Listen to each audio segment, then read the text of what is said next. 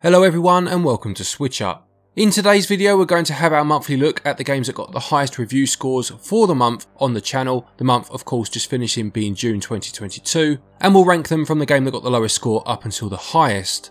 We reviewed 13 games in total last month, so of course 3 games wouldn't have made the cut, but we will briefly touch on what those games were before moving on to the top 10. So which game got the highest score for the month of June on SwitchUp? Well, let's find out.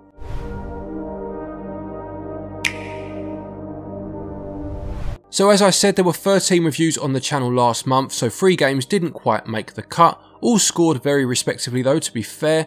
You had the Wonder Boy collection coming in with 72%, Fire Girl Hack and Splash Rescue DX also getting 72%, and then you also had Soldiers which got 73%. The links to these 3 reviews and every other review in this video will be in the top pinned comment, and some will have a card in the top corner as you'll see as the video goes along. On top of this, we also reviewed 2 DLC packs for very popular games, being Monster Hunter Sunbreak and Cuphead The Delicious Last Course. Whilst both did receive a numeric score, they are DLC so they're not on the list, but again, links to those videos are in the top pinned comment. Let's move on to the top 10 games then, and kicking us off in joint 10th place was Blade Runner Extended Edition. This game first released in 1997 and is classed as a sidequel to the classic 1982 movie, telling an original story that runs parallel with the events of that particular film. You play as a Blade Runner, Ray McCoy, hunting down a gang of replicants, and gameplay wise this equates to a point and click adventure as you look for evidence to lead you to your goal. Whilst graphically it doesn't hold up today, the narrative is still strong and the game will suck you in with a host of endings to find and the Blade Runner universe used to good effect. The extended edition moniker feels like a bit of a stretch though, in all honesty, though thankfully at £8.39 it is at least priced quite fairly as long as you know what you are in for. It got a SwitchUp score of 74%.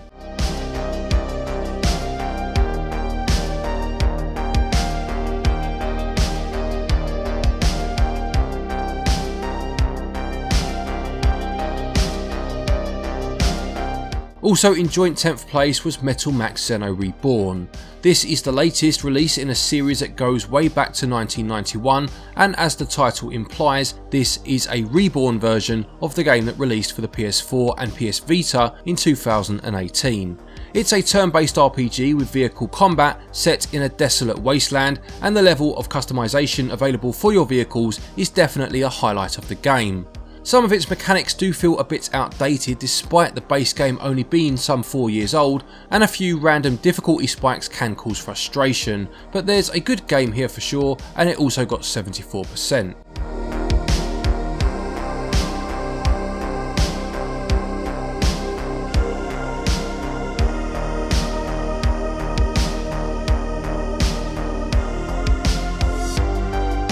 In joint 8th place we had the Shadowrun Trilogy.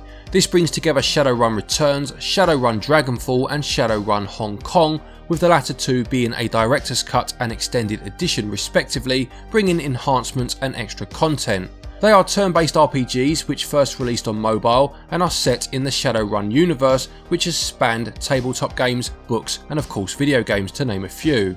The writing and atmosphere are great, but it was a bit buggy at launch, especially towards the end. However, the first of a few scheduled patches has released today as I'm recording this video, which is the 27th of June. So hopefully that will begin to solve a few of the issues. It got 82%.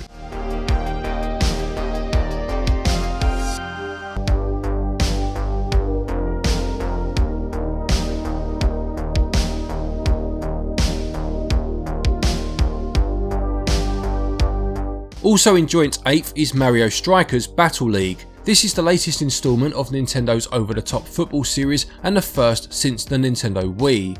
Once again it gets its mix of strategic and chaotic gameplay just right, which leads to some incredibly fun matches. The issues arise though in online play, where the options in terms of how many people can join are severely limited when compared to local options, plus it follows the recent Nintendo trend for their sports games of promising free extra content at a later date, which does leave the package feeling quite light content wise at this moment in time.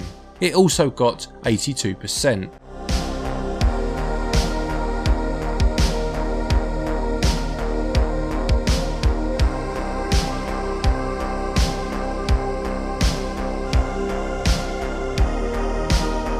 Coming in 6th place for the month was Capcom Fighting Collection. This brings together 10 of Capcom's fighting games from the 1990s or early 2000s and spans a few different franchises whilst it's at it.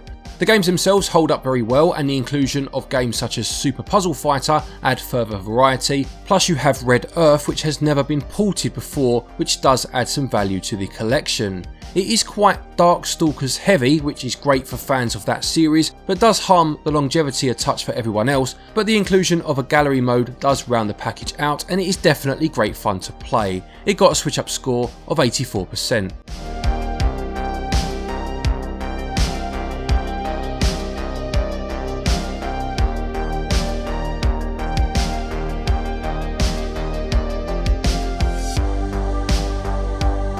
In 5th place was another blast from the past in Star Wars Knights of the Old Republic 2, The Sith Lords. This joined its predecessor in coming to the Switch last month and added to the pretty extensive collection of Star Wars games now on Nintendo's hybrid console. It first released back in 2004, and this is set 5 years after the events of the first game, and it is a third-person RPG with pausable real-time combat. It has since come to light that some users are experiencing a bug that is making the game unfinishable for them, and as of the last update I could find, which was the 23rd of June, this was still the case, although a patch is said to be in the works. This wasn't factored into our score as it wasn't encountered by us, and had it been, the score would have been much lower. It did get 85%, but with so many people reporting this issue, even though we never experienced it, we'd now have to recommend holding off on a purchase until a patch is released. In joint 3rd place for the month was Demon Slayer. This 3D beat 'em up is based on the 2019 anime adaptation of the manga source material. Despite knowing little of the manga or the aforementioned anime, we found the story to be easy to understand, and the combat is fast paced and a lot of fun. Performance wise, things are solid and the visuals look great. The story is quite short and it is pretty expensive with that in mind, but it's a quality game and therefore it got a SwitchUp score of 86%.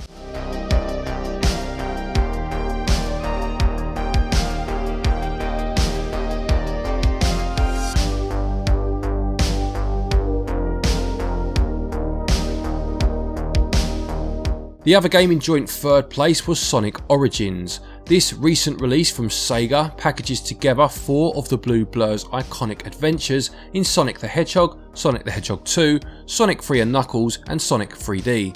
You have classic and modern versions of the game, new animated cutscenes, a museum mode, as well as a few other options such as a mission mode and mirror mode. Whilst it's certainly evident that a lot of love has gone into creating this compilation, it just feels a little light on the actual number of games included, and had it gone the extra mile to include, say, the Game Gear games for example, then this would have scored in the 90s for sure. As it is though, it got a very respectable 86%.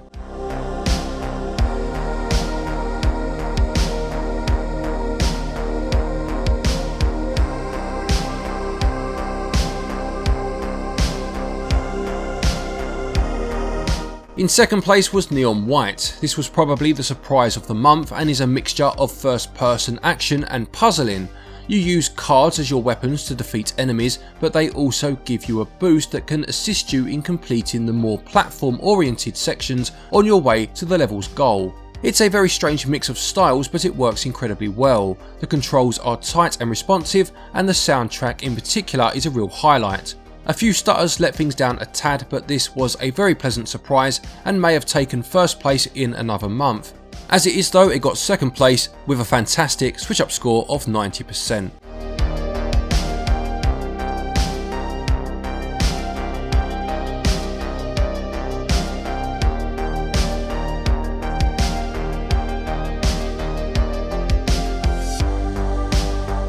And in 1st place for the month was Teenage Mutant Ninja Turtles Shredder's Revenge.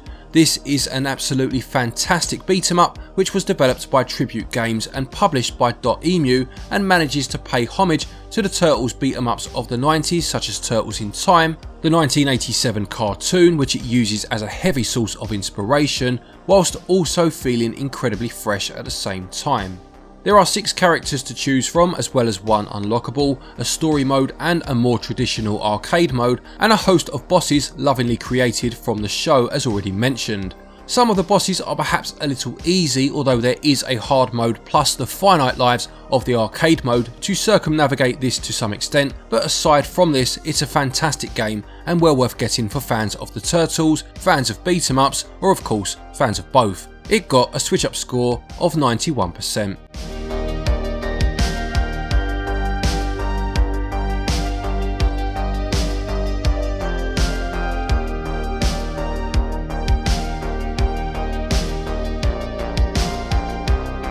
So there you have it, another month of SwitchUp reviews. Some very good games in there. June was certainly a very decent month. Did you pick any of these games up? And if so, what did you think of them? Let us know in the comment section below. Is there a game we didn't review that you picked up that you really enjoyed? Fire Emblem Warriors, for example? Again, let us know all about it in the comments section.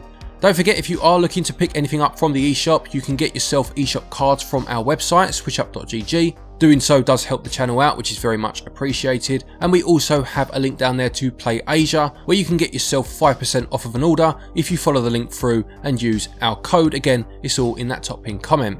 A quick thank you to our Patreons, as always, for your continued support, and to each and every one of you for watching our videos. Take care, and until next time, happy gaming.